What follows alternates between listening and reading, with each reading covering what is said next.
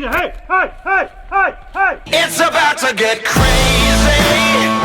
It's about to go down. It's about to get crazy. It's gonna be loud. This is our house. We do what we wanna. We'll blow the roof up. Everybody's coming. It's about to get crazy. It's about to go down. It's about to go down. You are listening to the Gritty Podcast, where we talk about all things gritty. Life is not easy. Life isn't fair. It never was, and it never will be. A good life takes grit, because the best things in life come from hard work, sacrifice, resolve, determination, and perseverance. Because grit means never quitting. It means coming back time and time again until you succeed. So on this show, we talk hunting, we talk outdoors, we talk conservation, we talk family and life. We talk fitness, and we talk strength, strength of body, strength of mind, and strength of character. Prioritize who you are and who you want to be. Get gritty, because life isn't fair, and a little grit can make all the difference. Hey everybody, thanks for tuning in to the Gritty Podcast. I've got a couple of announcements. This podcast is part one of two shows that we recorded about New Zealand, and we recorded this one on site on the mountain in New Zealand. In this episode, we cover some high-level things about New Zealand and the hunt. We don't get into too many specific details. And one of the reasons for that is we have a film of this hunt coming out on Sunday night, and we really didn't want to give away all the details in the podcast. So you can check out the film Sunday evening. We're going to maybe get it up Sunday afternoon. We're not sure, but it's going to come out on Sunday. And then we're going to come out with a follow-up podcast that goes into the details of the hunt the following Tuesday. So I hope you like this New Zealand content. Watch the film. It'll be you can go to our webpage. You'll get a link there. You can go to our YouTube channel, find it there. I'll post notifications about it on Instagram and Facebook and the social media outlets. Hope you like it, and please, if you do, like and subscribe to the YouTube channel. Leave a comment. Let us know what you think of the content we're putting out. As always, all of that's greatly appreciated. And do me a favor, share it with as many friends as you can. And that's it, folks. Hope you enjoy the show. Stay gritty. We don't have to check it out. I can't carry the ring. I can carry you, Mr. Frodo. We'll never make it. There's thousands of them and only 9 of us. We made it. Jordan and I listen to that all the time. We'll never make it. No, we made it. We made it. Check. 1, 2. Don't wear the ring. You ready yet? You look good. Do I look as good as you? Better. Wave. Look at these puppets. Okay. Simon Says. All right, folks, welcome to the Gritty Bowman Podcast. We are in beautiful New Zealand. This is the South Island, correct? Correct. We're hunting tar this Yes, week. we are. And I've got a couple of guests that were our guide. And I'm here with Casey Harbertson. Say hi, Casey. Hi. And Keith Ailes. Hello. And then we have Sam Manson. Like Charles. Manson. Not like Marilyn? Charles Manson. More like Charles. More like Charles? Okay. That's weird. I thought you and Marilyn were brothers. True. And you're a flaming ginger. Strawberry blonde. Yep. Strawberry. Yep. Oh, we're with Shaun. Shaun, how do you say your last name? Roach. Like cockroach. Yeah. But you say it cooler. Don't act like you know it, because you don't know it. You told me in the airport. And, That was like 6 days ago. yes. Roach. I did find that an interesting name. Do you know where it comes from? Like, Papa Roach? Yeah, Papa Roach. Papa Roach. it's not like your family wasn't like somehow attacked by a horde of What do you roaches? think? No, Roach horde of control. roaches. I don't actually know the background of the old Roach clan. No? Nah. I should probably look into it one day when I got some spare time.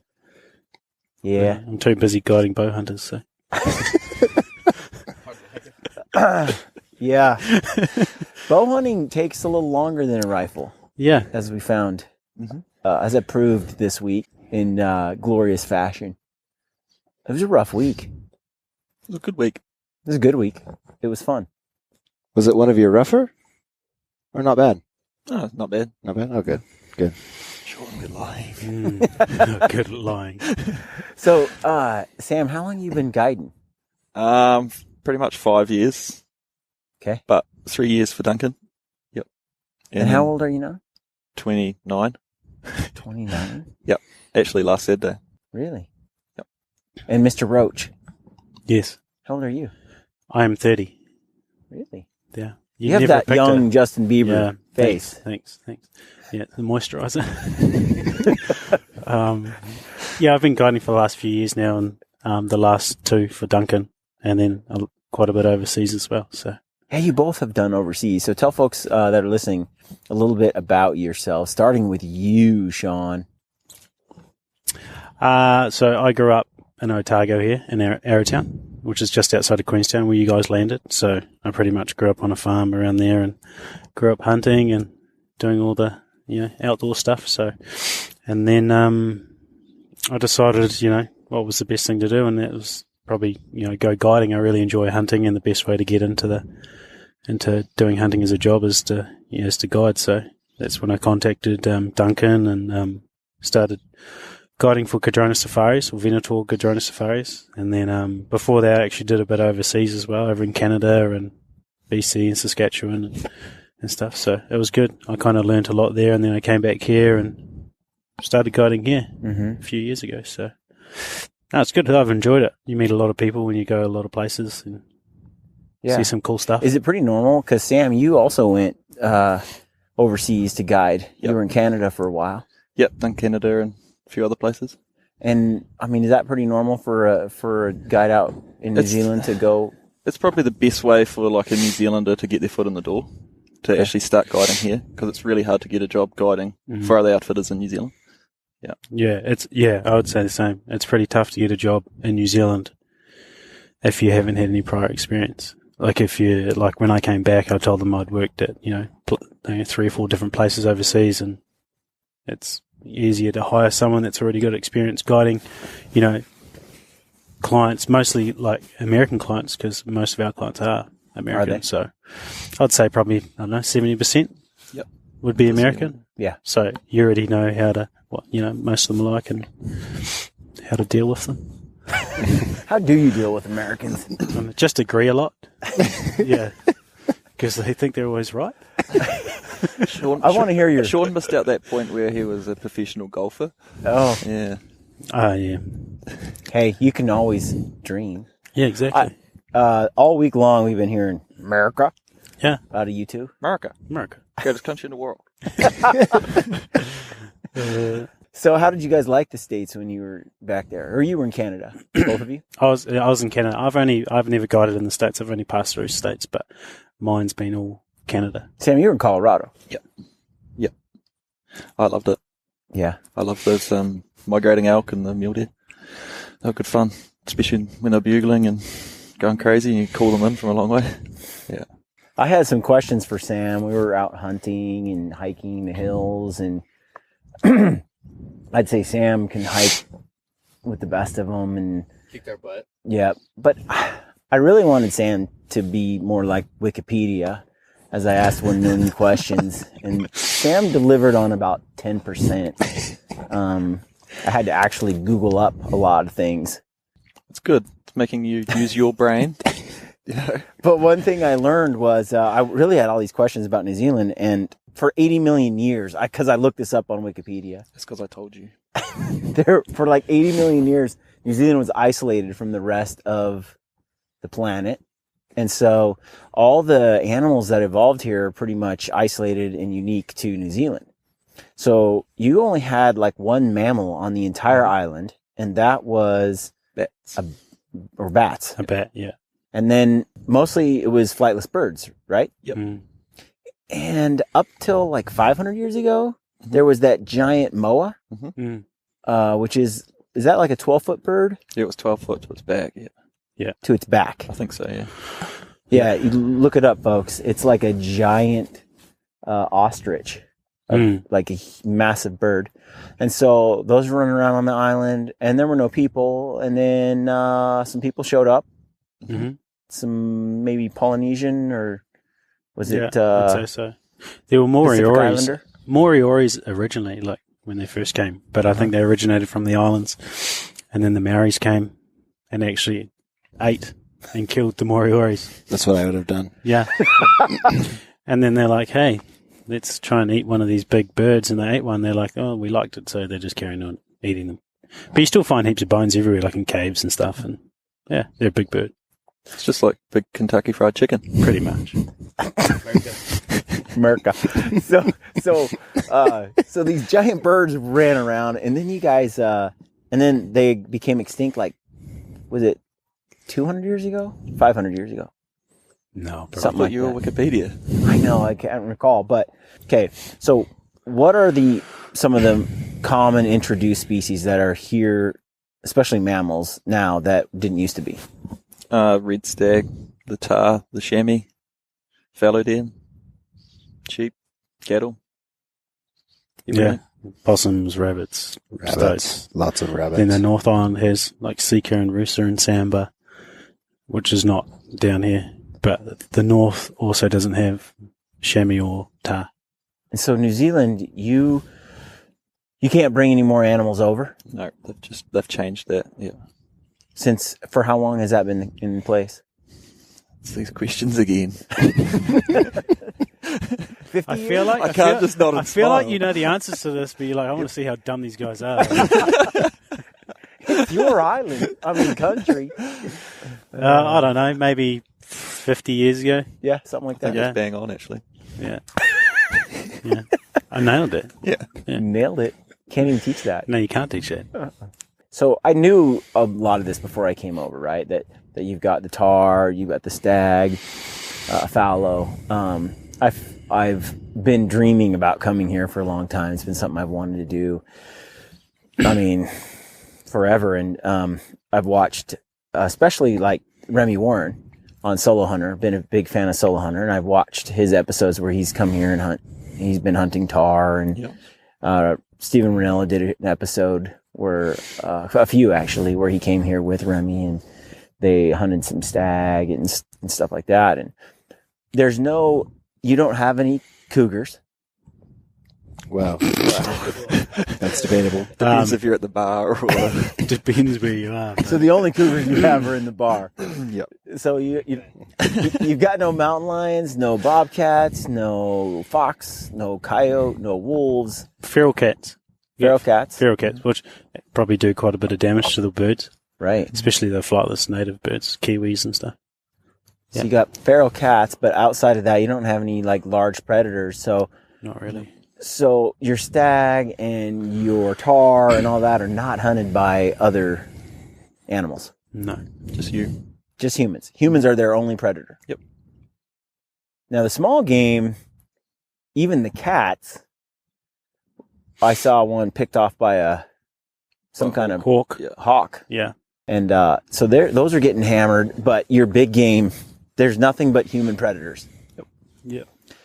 So knowing that, like Casey, what would you expect being on an island where there's no predators and there's all these animals? I remember when I came here. So this is my second time to New Zealand. I was here 2 years ago, same time during their winter. And I thought it was going to be a walk in the park. I actually asked the guy I came over with, you did a podcast with, his name's Jason Price. And I called up Jason and I said, Jason, is everything tied to a tree over there? Like, what's it like? You know? He's like, no, man, it's awesome. It's going to be incredible. It's not what you expect. I'm like, well, I'll tell you what I'm expecting is that we're just going to walk around these deer and stags and chamois and whatever they are, just going to look at us and basically just offer themselves to us. Like, they don't even care, right? And I remember getting over here and it was not the case. Like, I didn't realize I was the predator. I didn't realize, well, obviously we're the predator, but I didn't realize that there were no additional predators, no cougars, no bobcats, no nothing. And so I learned really quick, like, your silhouette kills you from miles away. Like we were hunting stag. I was actually with Marcus, and we would see stags 700 to 1,500 yards away, and they would spot you, and they were gone. And it was like, holy smokes, they know who I am. They know what I am. And then I remember when Sam and I were hunting tahr, it was kind of a different experience because we were able to hike so far in that the tahr were like, Oh, yeah. what are you? So they were actually coming off the cliffs down to us, trying to figure out what we were. And that was really cool experience. Yeah, I would imagine if you get really remote. That's where we were at this other place. It was a lot more remote than where we've been hunting. But what was cool that I learned today from Shaun was these bulls are basically coming down, grabbing the nannies, and then running it back. So if we were to come in a couple weeks, that's where we would have had to hunt them. Yeah, right. Like we're just below the snow line, and Sam, you were saying that there's some cabins back in there. Yep. Just building them. Yep. And back in there, and it's public, way deep, and there's just not a lot. You're from what you know, there's not a lot of tahr back there right now. There'll be still a few. Yeah. But there's a ton of them right here in these lower In another month, elevation. they'll be heading back up. Yeah. Okay. Like, just because the bulls have got their big thick skins, they're only down here because of the females, and then they'll head right up to the top. And they pull the nannies with them, right? Yeah. Yeah, because when we were here a couple of years ago, it's kind of a different story. There was nothing in the foothills here. And you say foothills, but this isn't quite foothills, right? It's not what the foothills we're used to. But what was cool is, it's very interesting because, especially with what we've done here to try and get close with bows is Shaun and I don't know what you guys were doing because we weren't hunting with you. We were actually trying to mimic the tahr. So that, or the fallow, so that we could get closer because you're on these rolling hills of openness, and if you were to stand, they're immediately on you. They're whistling and they're gone. But if you kind of mimic them and you're on the ground, like rolling around through the tussocks, like they are, like they're just like, oh yeah, there's another tahr, and it worked out for the most part. No, it worked pretty good. We got pretty close. It's just the numbers got us. Yeah, just too many eyes. But if they see a tall beanpole walking with two legs in their direction, that's an alarm, Yeah, I noticed. I mean, first of all, this area has, I don't know how many tahr we saw in a day. Sam, you want to wager a guess? How many tahr have we seen in a day? Yeah. I'm not really good at counting, but we would have been seeing at least 100 a day, I'd say. Yeah, I think 100's a low number. Yeah. And the first couple of days were really foggy, and you couldn't see very far at all with the fog. And you get here, and it's no joke. Like you're truly socked in. You can't see anything. So we sat here for a while, and then now and then it would lift and break, and we would get in on some, and we got close. And Sam and I went after a big tahr bull in the bottom of the river bottom in the canyon there. I was so pumped because it looked down like we'd get maybe a 30 to 50 yard shot on this tahr if we got to the edge of these cliffs. And that's really what I was expecting when I was coming out here to New Zealand, were a bunch of cliffs that I could shoot off of like I would a mountain goat, But what I ended up discovering here is that it was really more like there were those cliffs here and there, but a lot of the tahr were out in the wide open on these huge bluffs. And it was just rolling hills, pretty steep toward the bottom. And you have this Matty Gary Maddie and Gary hanging up together. Bush, which is just dense, like a plum thicket in Texas, but it's got spines on it that are about 1 inch to 2 inches long that stab you. Once they get into that, it's, 8 feet tall in some spots, and they disappear. So we were hunting a lot of that kind of stuff, not the cliffs. And this is what surprised me. I thought that the tahr would stop. They'd freeze, look back at you, try to figure out, run a little bit, stop and look. It's like as soon as they saw, they bolted all the way down the canyon and up the other side, up the mountain. Like, no look backs, no, like, second chances. So that was our first day, and I thought Keith might die. Yeah, he had a good slot. Keith almost died. We almost Me and lost Sean staring at Keith. each other going, is he going to stop? Sean, you were there too, huh? Yeah, no, I found it quite funny. I was like, oh, this. Yeah, I was like, oh, this Keith's sliding down the mountain. He should stop soon. No, he's not stopping. Oddly calm too. I figured Yeah, where? I'd see my life flash before me, but Well, you're a killer now, dude. Life is just calm after you You get become a speed killer. too. You're like a little cannonball. The ground is wet yet frozen up there. Not a good mix. Yeah, Keith. I've learned. Boots are key.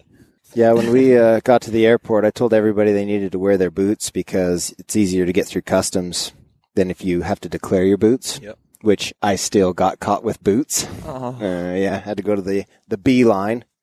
But anyways, Keith shows up and I'm like, Keith, I told you to wear your boots. He's like, these are my boots. I said, are they warm? He's like, yeah. Look, they're really comfortable. They flex really well. I said, well, when the bottom of your feet start hurting and you get foot fatigue To toughen up my feet anyway. and your calves are burning and your quads are burning, that's natural from those kind of boots. My chicken legs, so. So poor Keith, he was not booted properly for this. But thanks to Samwise, he saved the day and hooked Keith up with a pair of boots. But man, this is some serious country out here that you got to be booted up for sure. Yeah. How many clients do you guys get a year that come here unprepared? I would say, like, most of the clients that turn up are pretty well prepared because the hunting we do, we can kind of, give them some gear to use and stuff, especially when you're hunting stags and fallow and that. But I would say tahr hunting is the one that you need, like, the best gear by far. Like, you don't waste expense on trying to get the best stuff. But, yeah, like last year when you guys came over, I think, I've forgotten his name, he won a trip through Yeah, you the guys. guy that won our hunt. Yeah, Zach. Yeah. Zach, yeah. And he turned up, and I think we went hunting for like 2 days or something, and then we went tahr hunting for 2 as well. And we got helicoptered literally up into the snow. We were camping in the snow, and I think we got dropped off, and as soon as we got out of the helicopter and the helicopter left, I looked down at his boots, and he had a pair of Timberlands on. I was like, that's not good. But luckily, we got onto a good bull and he shot a decent bull the first day, like in a few hours. So we were pretty much amongst them as soon as we landed, and then we got a good bull. And then he spent the next day in the tent because his boots were frozen. So no, it was good. But yeah, he had no idea what he was in for. But yeah, This is some serious country. I mean, you've hunted mountain goats. Have you guys hunted mountain goats before? Yeah. You guided on those? Yeah. So how does that compare to this tahr hunting for you guys? I'd have to say tahr are the toughest animal I've like hunted in terms of like sucking bullets up. Goats are pretty tough, like mountain goats in BC, but I reckon tahr in terms of like running across like bluffs and cliffs and just like being in the most gnarliest place. You reckon? Yep. Yeah. Definitely. Chamois are pretty like kind of the same, but they're more like inquisitive and they'll just dot around. But tahr are just like no comparison. They're just they're pretty gnarly. Grizzly bear of the mountain. Yeah, Really? It was pretty impressive when you got caught by the nanny. All those tahr blew down into the river bottom again because they're kind of making their way up. Then as they hopped over the river, they started making their way up literally a flat cliff. And that was incredible to watch them run straight up a cliff face. Yeah, at this I know, point it they were doesn't- about 100 yards from us, and we were sitting there going, I know. I thought about, I mean, if it was just like 70 or 80 across, and it was just close enough, and because it was vertical, they weren't making any distance on us. No, they just kept going. It was the same range. it was all like the whole way up. 17 all the way. And it's like, Yeah. I wonder if we could get to that point. No. Yeah, I wondered if we could get to a closer within range of taking a bow shot, but no luck. You would have had some tender meat, that's for sure. So, Casey, what do you think about tahr hunting with a bow? It's challenging. Well, let's say this. if you are trying to get a mature bull, something 5+ years old, which once they get to that point, that's where they start having those big manes and really puffy. Other than that, they're kind of more slim, trimmed down. It almost takes you a second to, is that a nanny? Is that a bull? What is that? Where these ones, yeah, they look like grizzlies, right? Mm-hmm. And that's really what we wanted to get, was a nice mature bull. And when I was here 2 years ago, I killed a bull that honestly most people will go their entire life and not kill. So for me, I was like, hey man, I'm good whether I do or don't get one here. I really wanted you to. That was actually my goal, was, but We had the same goals. Did you? Yeah. Good. But, what was really humbling to me was how challenging it was to get inside of 80 yards on these things. Like last night, kind of mid-afternoon, Shaun and I were making a move on a really good-looking bull. And you guys were down below us, and we're like, hey, if we screw this up, we're at least going to blow these down to these guys. Maybe they can have a chance at it. And we belly crawled for 300-something yards. We got within 50 yards of some small bulls. And then the big bull we were going after, he was like at 120 yards. So we wanted to cut about another 75 yards off. We started making our way, kind of popped up over this rise, and there was 30 more tar there that we didn't even know about. And it was just game over from there. I mean, whistles were blowing. They were going off. And so then we're running up the mountain trying to catch up with them. And, I mean, these things can run up sheer cliffs. Like, you're not going to catch them.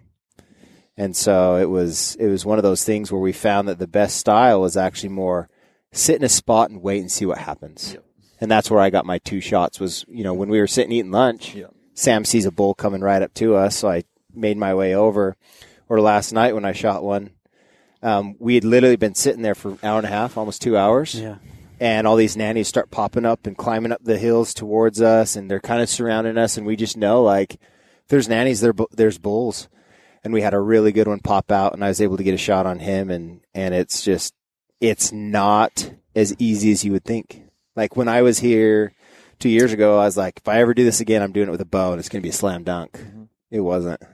No. If I wanted to shoot a baby tar, we had one at 5 yards, 4 yards. This is one of those situations too, where there's so many fallow and so many tar, literally hundreds, as you're trying to approach the single big bull you're trying to get at. It's like that Montana elk hunt that we did. Exactly. Where there's just 500 head of elk, and you're after 2 bulls in that group, and there's so many eyes and ears that it's really tough to get in range. And that's as we were making our stock, nearly every time we were getting in close, we get busted by some nanny we didn't see bedded in tall grass, and then the whole mountain would erupt, and you're starting over from scratch. Yeah.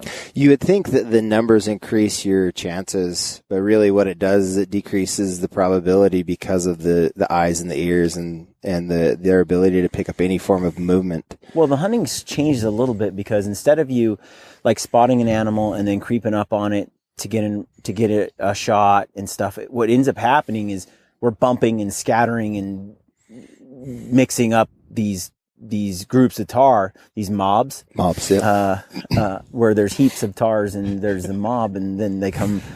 Oh yeah, yeah, good in them. I got that down. And so they start running all over the place, and you're kind of like, now you're just kind of hoping to get in the right spot, as one that Casey spooked is coming our way and gonna come up the mountain, and we get in front of it and cut it off. Yeah.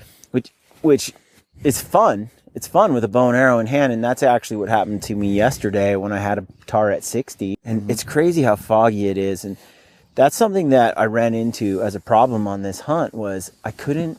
The fog was a challenge, not only to find tar, but then when you'd see them, you're running your rangefinder and you're like trying to scan this tar, and you're like, I mean, he was 50 or 60 yards maybe, or no, he's 85. Yeah. 85 at first, because Sam goes over, he's like, there's a bull. And you said it was like 30 yards away. 38 yards or something. 38 yards, and I'm like, I'm looking at a different one across the I was like, it's just little. There's a big one, 85 yards over. And Sam looks up, he's like, oh, and then he got real excited. And when that thing looked up, yeah, he kind of, we hunkered down a little bit, and he did not like that. He was wondering what we were. Yeah. It would have been perfect. But And as he came in to range, he came into as close as 30, didn't he? yeah, he was getting to like 35 sort of thing. But it was tough for us to tell because we would range in the fog and it would say 20 yards. And he's at least 50. Yeah. And that happened to us over and over with the rangefinders. In the fog, they wouldn't tell you the right distance. So I'm not familiar enough with tar to guess yardages in the wide open on a goat-sized animal. So guessing range was tough. They're a tough animal, dude. It was a tough hunt. And I really thought it was going to be a lot easier. I thought, a lot of mountain goats that I've seen, they're super curious. They're usually in areas where they're not heavily hunted. And so they kind of freeze and they let people get pretty close to them. Tahr are not like that at all. No. They spot you from ever away and they're bolting like an elk. They're out of there. I would say goats are more like kind of like chamois. Chamois are pretty Inquisitive. Yeah, they'll just stand and look at you. They'll just stand there and look at you. Same with goats in BC. Like they'll see you, but they just won't do too much. Yeah. Yep. I don't know. I really did like slipping around in the fog up here.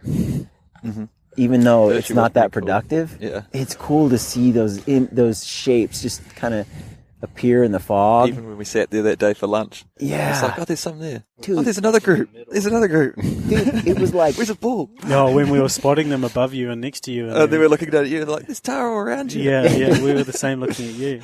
That was pretty cool because you guys would hunt one end of the valley and we would hunt the other. And so we could kind of look back on each other and we would look at you guys and we're like, how do they not see those Tahr? They're literally surrounded.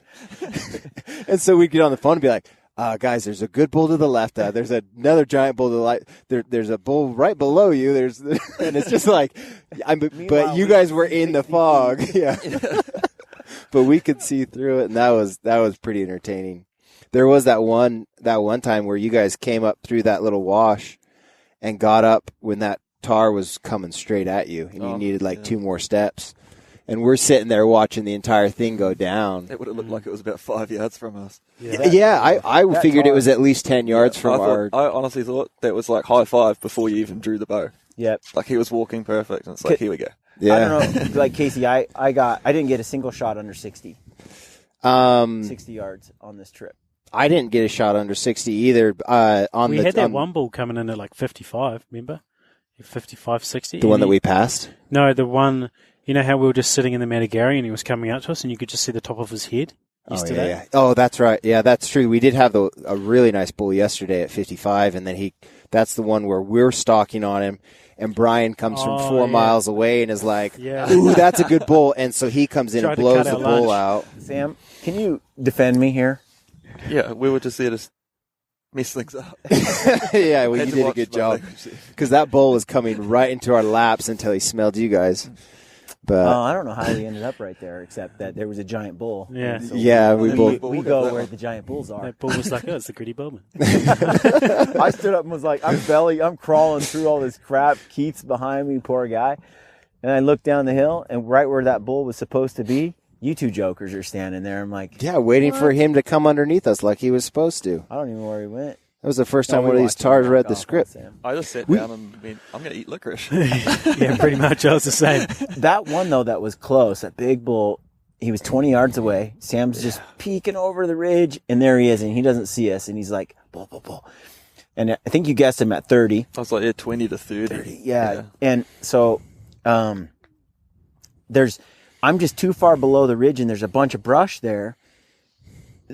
I don't know, like Sam, where you were at, there's not really a shot either, I think. No, there's just this little opening. Yeah. 2 little openings there. And if you crest that hill any further, you're going to be skylined. Like, you might as well wave a flag with these things. Yeah, They're and then so we would have had a switched up. front-on shot as well. Yeah. So we were waiting for him to take a couple of steps. Mm-hmm. So I came to full draw, and I'm looking down the hill, and I'm like, he's 20 yards, you know? And at this stage, you can only see like this much. Yeah, just the top of his eyeballs, you know? And I'm like, okay, his horns, he's going to die. I can't believe this. This is so awesome, you know? And I'm sitting there, and I'm really resisting the urge to pop my head up and just shoot, because I've just seen these things pick us off in a second. I want him to put his head down and graze, or just anything that I could make a move on him, have him look down the valley, like turn his butt, anything. He didn't give us anything. Oh, I thought he was going to run you over from our vantage. And I don't even know what happened. He was sitting there and he just whipped his head up and saw us. Yeah. And then it was all butts and dust after that, and it was depressing. And that was gut wrenching. And then we didn't talk to each other for about 10 minutes. Yeah. Yeah. Shaun and I got into a situation. It was the first or second night where we were sitting on this ridge, and we dropped into one, and there was 80 tar. I mean, there's tar everywhere. 2 really good bulls were out, and I told Shaun, I said, if either of those come within 60, I'm letting it fly. Like, get ready. And and these bulls were just making their way up the ridge to us, and we had nannies that were at 40 and anywhere in between basically 40 and 65 yards just to the left of us. And these 2 bulls start making their way up, and I'm like, all right, man, get ready. And he's like, wait. And all of a sudden this tank, huge tar pops out down in the bottom, and he's at about 98 yards. And he's like, that's the one we want. And I'm like, oh yeah. Like, it was kind of like when we saw that first one in the river bottom. It just looked like this giant grizzly bear just like walked in front of all these cubs. And so all of a sudden these 2 start walking by, like right within bow range. And I'm like, don't care about them. and we have it all on video, but so he just starts messing with these nannies and starts chasing this nanny. And then finally, after about 4 minutes, he's just done. And he just grabs these nannies and just runs down into the bottom. Game over. And so that's the other hard thing about the tar is video, man. It looked like that was a done deal. Well, that's the thing is he started actually coming up just like those other 2 bulls. And I'm like, he's coming in bow range. Like, this is over. But that's the thing that I noticed too about these tar is they're not predictable.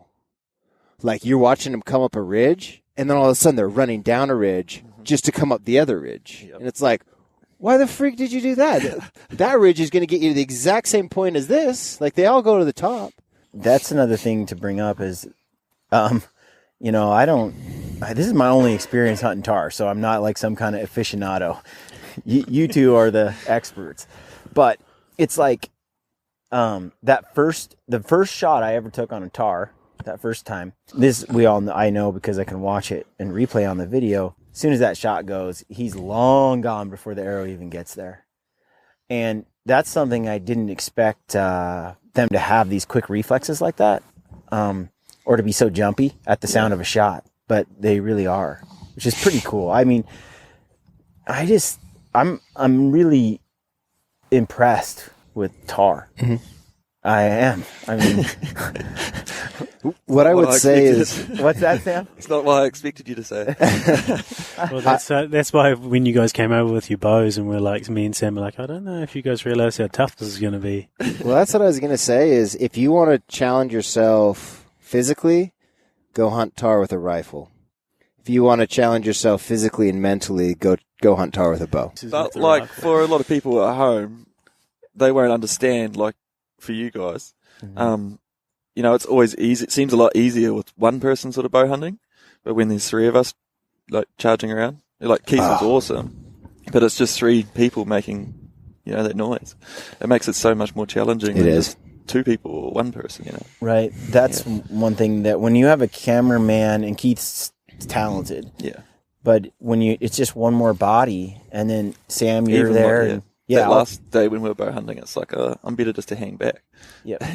Yeah, definitely. It's hard to get under, like this trip, under 60 yards with 3 guys putting on a sneak. That's probably why we had more opportunity, because we honestly had that one less guy. I'm not even kidding. Like, I would say, and I don't know because I wasn't with you guys, but it just seemed like we always were having opportunities. Yeah. I talked to Randy Newberg, and I've heard others talk about this, like why there aren't more spot and stock bow hunting kind of film. And, it's a very difficult thing to get the shot on film in bow range. I mean, cameramen and the camera, and we're committed to getting it on film. Like Keith is here to get it on film. So Keith is going to gamble spooking the animal to get the video. Yeah. He's not going to just film me shoot. That's not what Keith's about. And I appreciate that, but it does make it a lot harder to close the deal. But at the end of the day, I just missed. There were a few opportunities where, especially yesterday, I had that bull at 60 yard dead to rights. It should have been over. And I just missed. I mean, that was the shot of the trip for me where that was a perfectly makeable, doable shot. Where the other ones were under duress. I couldn't tell the yardage. It was foggy, but this time there's no excuse. I just missed. Yeah. And you know what? The thing is like, there's a lot of guys in your shoes that would have blamed Keith and just said, hey, you know, I'm perfect. That wasn't me. Like, Keith, what the hell? Like, why'd you do that? Camera. It's always the camera guy, right? But the truth is like you owned it. Like you're like, man, extreme ownership. Here we come. Thanks for reading that book. I freaking sucked it up. You know what I mean? And like for me, Keith's filming me shoot at a tar, the one during lunch. I sailed it right over his back. Like I'm gonna own it. And the thing, it was Keith on that one. But it's like, for me, I actually enjoy it when I watch a film or when I see something like that where you see the people making the film make the same mistakes that you do. Yeah. It makes them more human. It makes, and so like, when you have the ability to admit it, like, I turned around after I take the shot and I'm like, I don't know what happened. Like, did I hit him? Did I miss it? I don't know. So we go over there and find the arrow. I was like, yeah, we sailed it. But it's like, be human and understand that we all make mistakes. None of us are perfect. We can sit here, we can blame cameramen, we can blame equipment, we can do whatever. But sometimes it just boils down to the individual, and that takes some extreme ownership to be able to say that. I've talked about this before. You know, last year I shot with a hinge, and I'm kind of hard headed in that I want to hunt with a hinge release. That's what I want to do. I want to get better at it. And a lot of people don't hunt with a hinge because they practice with a hinge, but they don't actually hunt with one because, it's a little more challenging in a hunting situation. And I found that, you know, key to shooting a hinge well is to be very relaxed, especially in the hand that's got the release, in hand.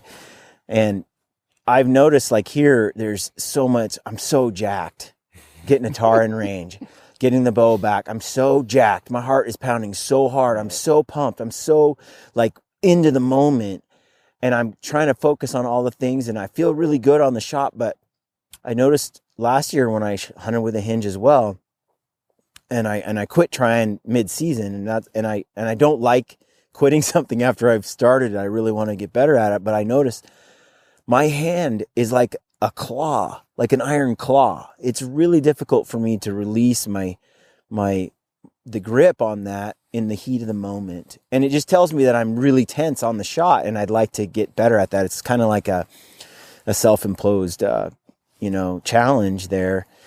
And I've always shot well with a trigger, but I feel like, long term, I could shoot better with the hinge in hand. It's one of those things. It's kind of like shooting a traditional bow or a recurve or stick bow, whatever you want to call it.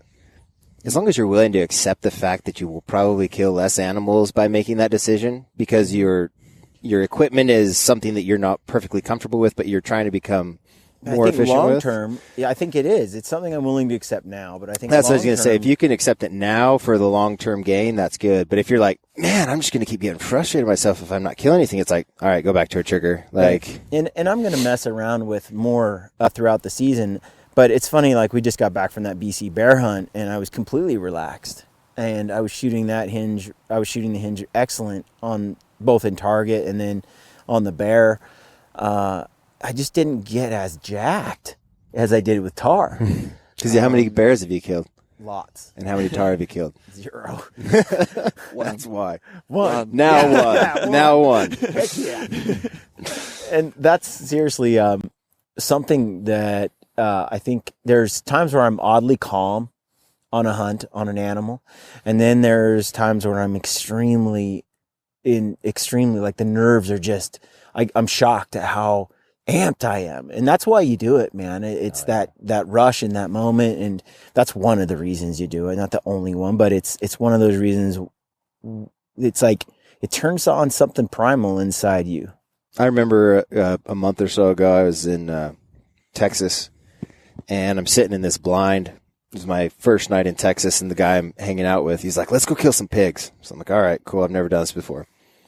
So I'm sitting in the blind, and this blind has daddy long legs everywhere on top, like hundreds of them. And I'm just like, oh my gosh, like this is the craziest thing. It's like 9,000 degrees in this blind. Cause Texas is hot, I guess, all year round, at least down in San Antonio.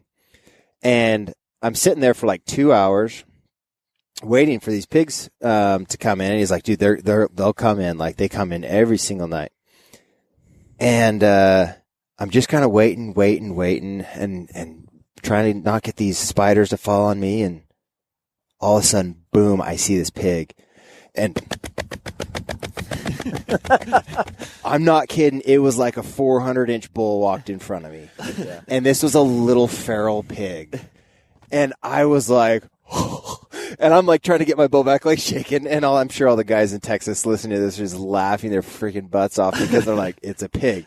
But to me, I'd never shot a pig before. Yeah. And so my heart's just pumping and I'm just like, ugh. And finally I like let down. I'm like gain consciousness, Casey. Come on. Seriously, calm down. So I drew back, let it break, hit the pig, and it was back like, yeah.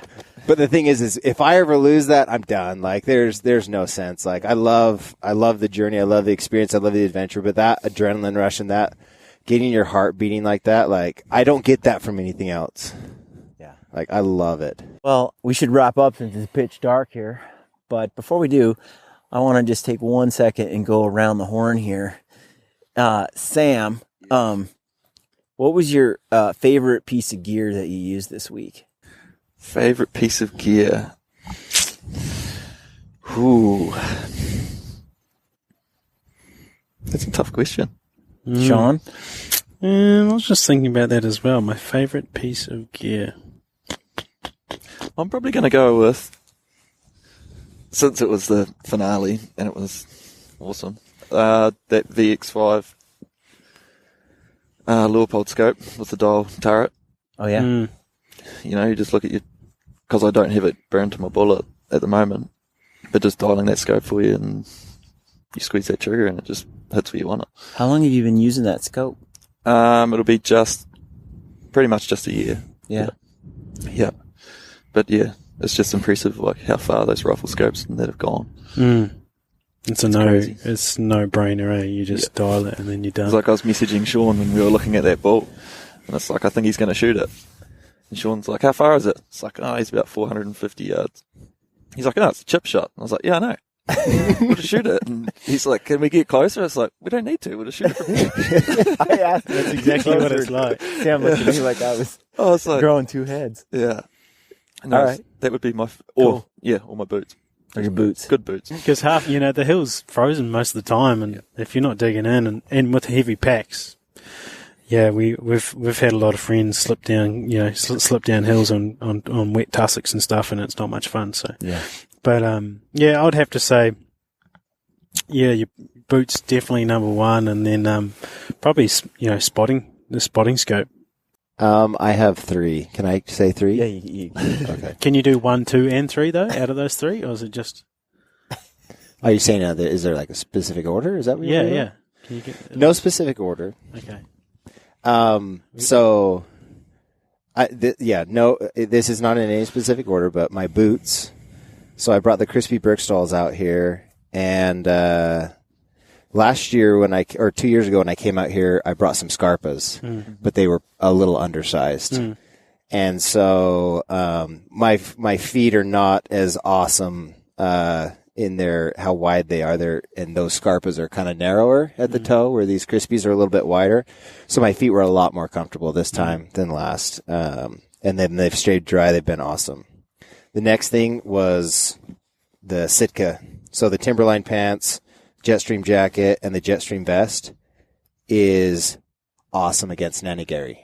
Like, I was in Matty it. Gary? Sorry, Matty Gary. Nanny Gary. Nanny Gary. That's like twice. That's the second time I know. So I was literally in Matagary from 9 o'clock this morning till about 3:30 or so, whenever it was that we started and stopped looking for that bull. And it would get through, and I would prickle in it. But as I would take that jacket off, and I just have like my my core like heavyweight stuff on, I would get destroyed. So that was nice with all these pricklies, and it seems like everything in this country's prickly. You got the speargrass, and everything. So that was awesome. And then the third thing is my bow. I freaking love that thing. Between the boots, the gear, and the bow, those really made the trip comfortable, honestly. That sucks. I thought I was going to be one of those three, but that's all right. And number 4 is Shaun. Thanks, Shaun. What about you? I would say my favorite, I just love these crispy Nevada boots. I'm going to get me some Brickstall because I would like that boot seems great for these steep angles, but I don't have problems with like I do really well with a boot that's not real. I hate stiff boots, overly stiff, and these Nevadas seem just right, but I've heard those are pretty sweet. Yeah, these aren't like super stiff. They are stiff enough. The Scarpas I brought over here, they were snowboard boots. Like they did not move. And this is a little bit more forgiving. So when you are walking flat terrain, it's not awkward. Mm-hmm. And I would say they performed, in my opinion, with what I experienced the last 2 trips here, just as good as those Scarpas. Yeah. I give them an A+, honestly. I'm with you. I like the Timberline pants, although I'm intrigued by the Swazi pajamas that Sam wears. You guys need to get yourself some gumboots too when you come back.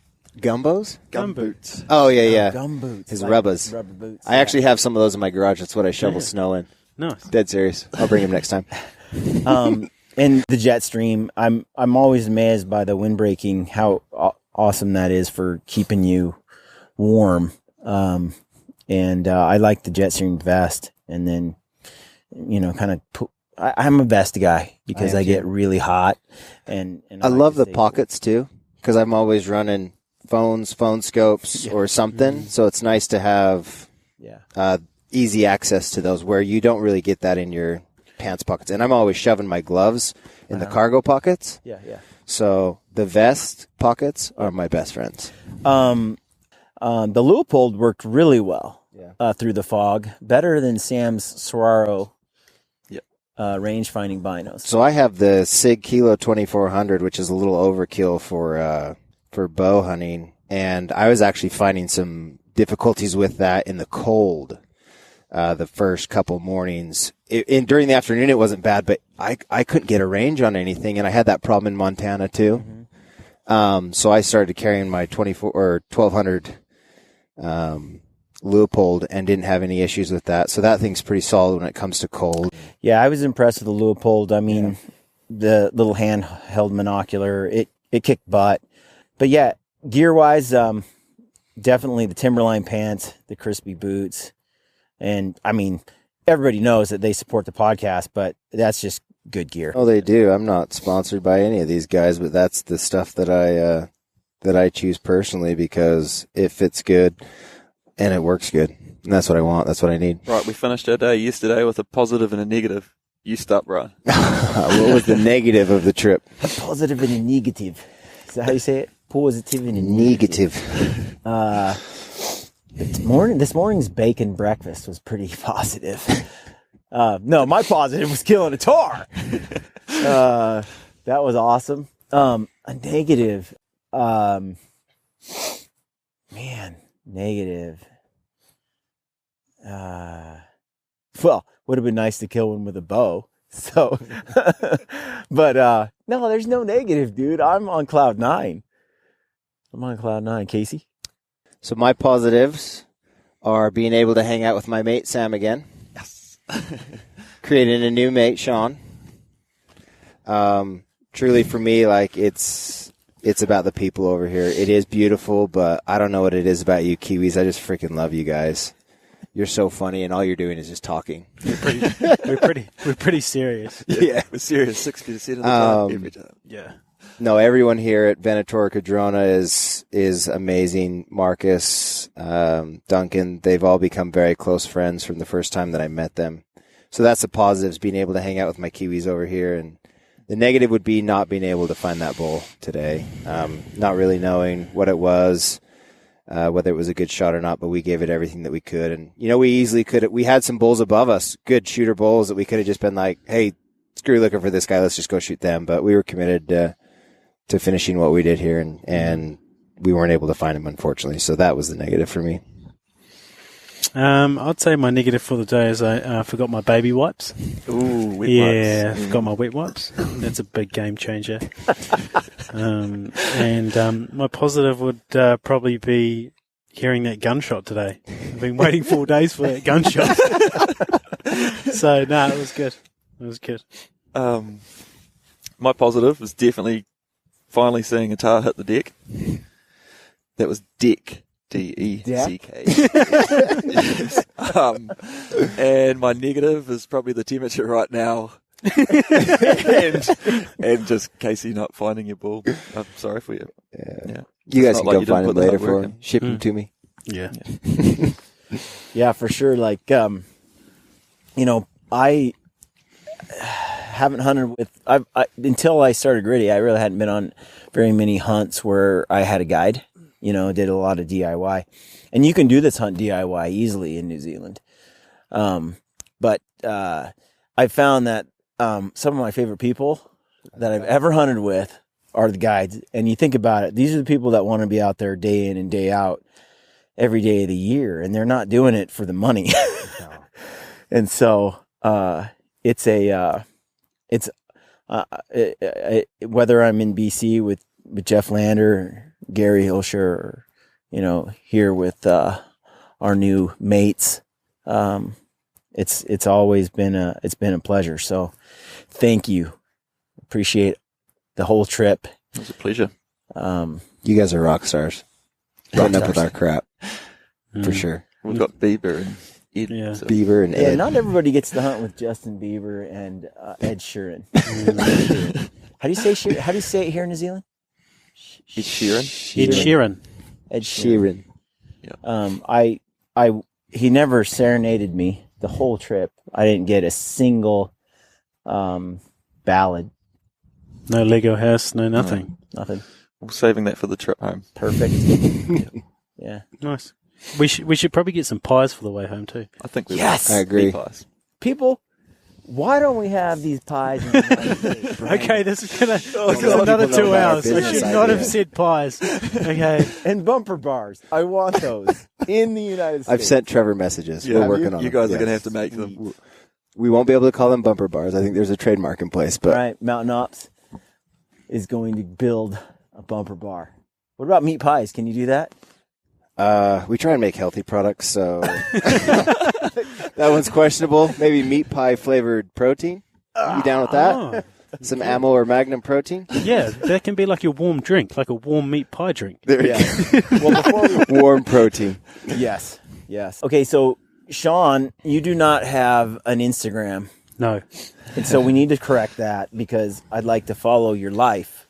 Is Shaun the Sheep taken? Stalk you. I don't know if Shaun the Sheep is taken. I Check think it out. You should work on Put Shaun an the underscore in there if you need to, but it should be Shaun the Sheep. Shaun the Sheep. Shaun underscore the underscore sheep. Sheep. Or you could just do the cock roach. Like underscore. I've never heard that one before. I should use it. Actually, I'm waiting. Dallas came over and he's like, I'm going to create an Instagram for you. So I'm waiting for him to do it. But I'm excited. Come on, Dallas. What your stuff? We can make one in about 43 Dallas' seconds. fault. And Sam, Yes. people can find you on Instagram. At NZ Hunt Guide. And for those listening, I'll translate. That's in as in no, Nancy, and Z as in Zulu. as in Zulu. Zoo. Zebra. Hunt guide. And yeah. All right, folks. Thanks for listening to the Gritty Bowman. Stay gritty. Is anybody else really cold? My lips. I was watching good, Shaun, actually. he's going like this, like not talking. I'm like, I wanted to like just tap him and be like, stop My doing legs that. I'm actually doing really good. Oh, Despite our ever-changing, ever-indignant world with its growing ignorance of and indifference to the ways of the wild, I remain a predator, pitying those who revel in artificiality and synthetic success while regarding me and my kind as relics of a time and place no longer valued or understood. I stalk a real world of dark wood and tall grass stirred by a restless wind blowing across sunlit water and beneath star-strewn sky. And on those occasions when I choose to kill, to claim some small part of nature's bounty for my own, I do so by choice, quickly, with the learned efficiency of a skilled hunter.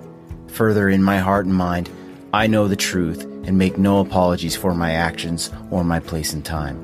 Others around me may opt to eat only plants, nuts, and fruits. Still others may employ faceless strangers to procure their meats, their leather, their feathers, and all those niceties and necessities of life. Such is their right, of course, and I wish them well. All I ask in return is no one begrudge me, and all of us who may answer the primordial stirrings within our hunter souls, my right to do some of these things myself.